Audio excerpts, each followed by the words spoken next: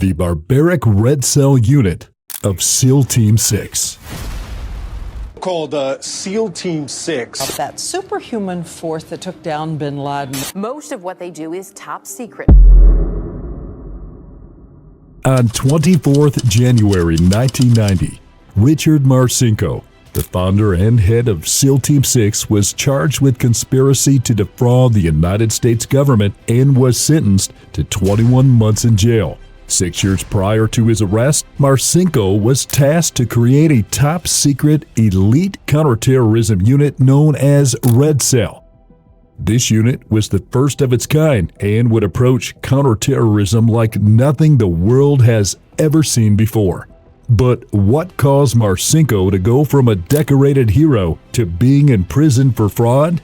Most importantly, what did Red Cell do to make them the most barbaric unit in the history of the United States Army? Today, we're going to dive into the story of the barbaric Red Cell unit of SEAL Team 6.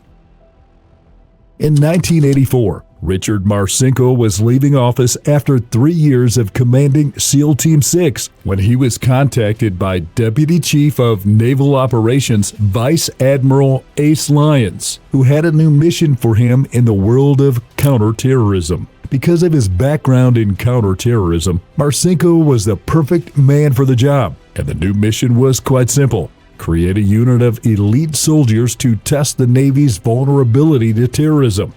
With this order, the Red Cell unit was born. Officially, the unit was called the Naval Security Coordination Team, OP-06D, and this team would serve as an anti-terrorism measure. Instead of fighting terrorists threatening the U.S., this team played the role of terrorist. Before we continue, take a moment to like this video, subscribe to this channel, and turn on the notification bell to get notified anytime we post amazing videos like this. Now, back to the video.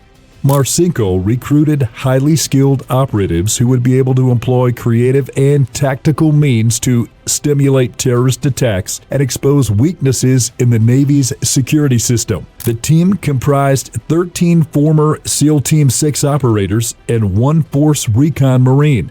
Their mission were so confidential that they only reported to the Chief of Naval Operations, the Secretary of Defense, and the President. Basically, this was a team of highly skilled operatives playing terrorists. So everything is pretty straightforward, right? Wrong. There was another layer and purpose of Red Cell's missions that made them so highly secretive. It was designed as a unit within a unit, described by Marcinko himself as having 2 tiers. The first tier was the security exercise designation, the one everyone is most familiar with.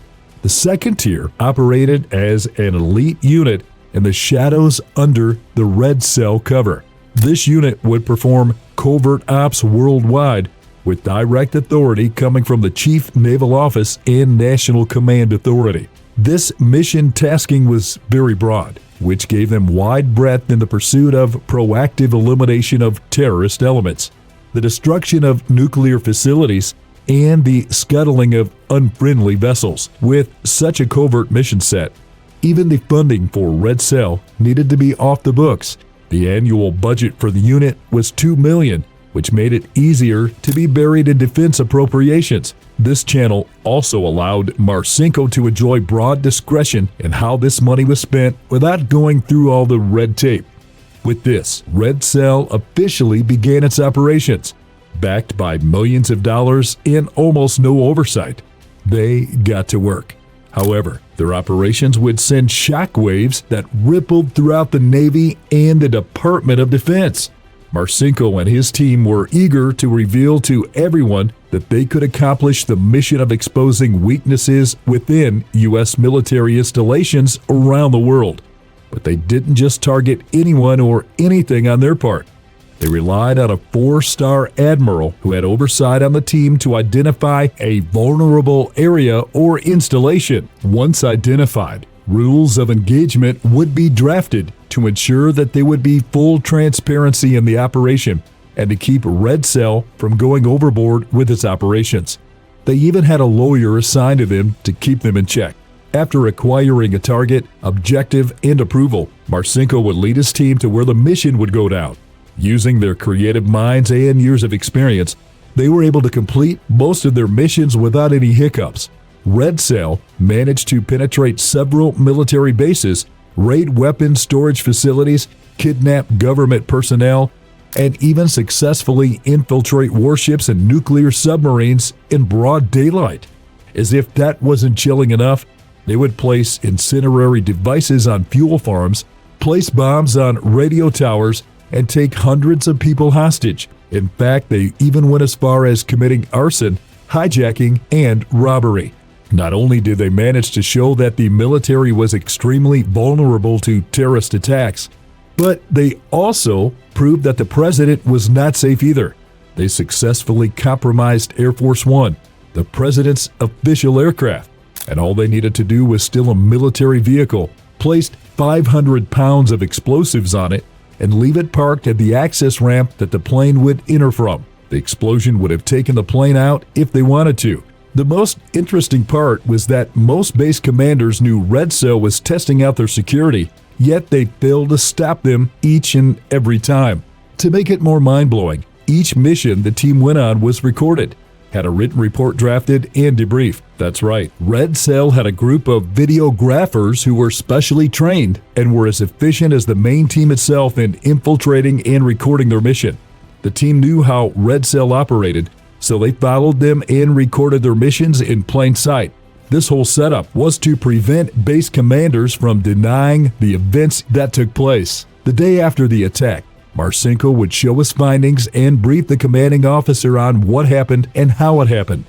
Red Cell was so successful in its operations that Marcinko recruited more operators to keep the team soaring.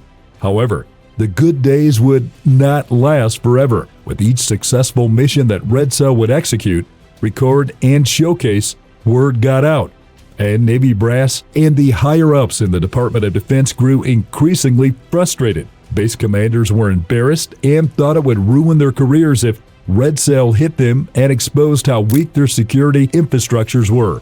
Essentially, politics began to supersede the mission, and there was ever-growing desire to stop Red Cell in their tracks. All they needed was something significant to pin on Marcinko and his team, and they were done. Unfortunately for Red Cell, they got what they wanted. On 20th of March, 1986, Red Cell would go for an operation and things would go out of control.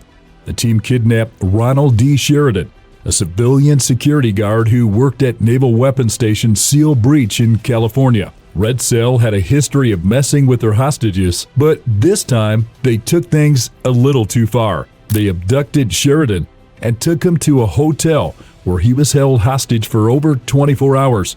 But that wasn't all.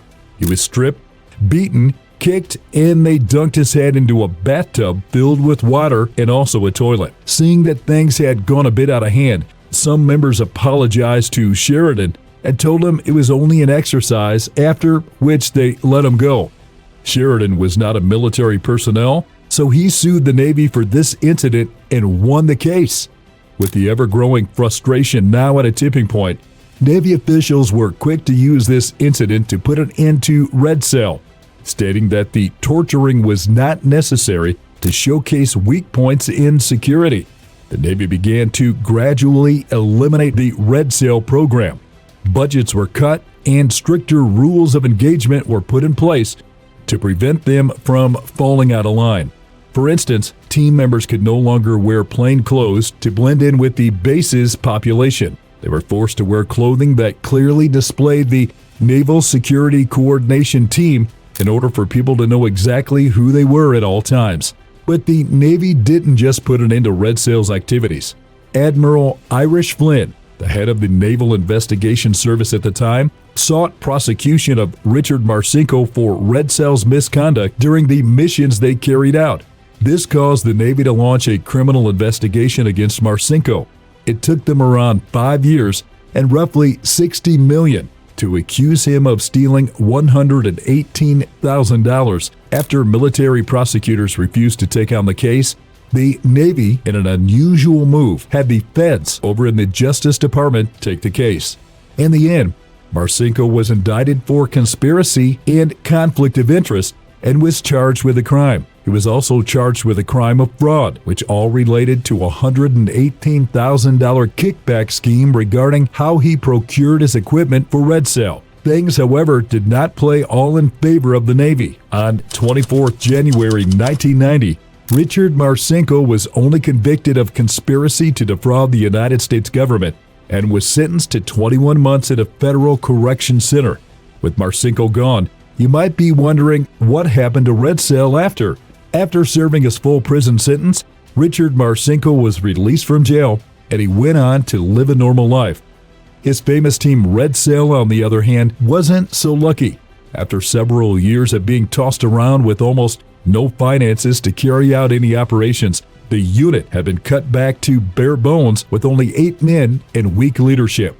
Red Cell was reduced to carrying out tabletop war games instead of live exercises, and morale continually declined. What was once the elite counterterrorism exercise force was now a shadow of its former self.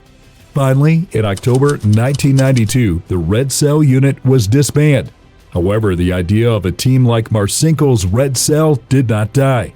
After the 9/11 attacks, the Central Intelligence Agency created a new Red Cell team. This time, their goal was to get fresh sets of eyes to reconsider the range of terror threats. This new team possessed many of the same fundamental elements as its predecessor.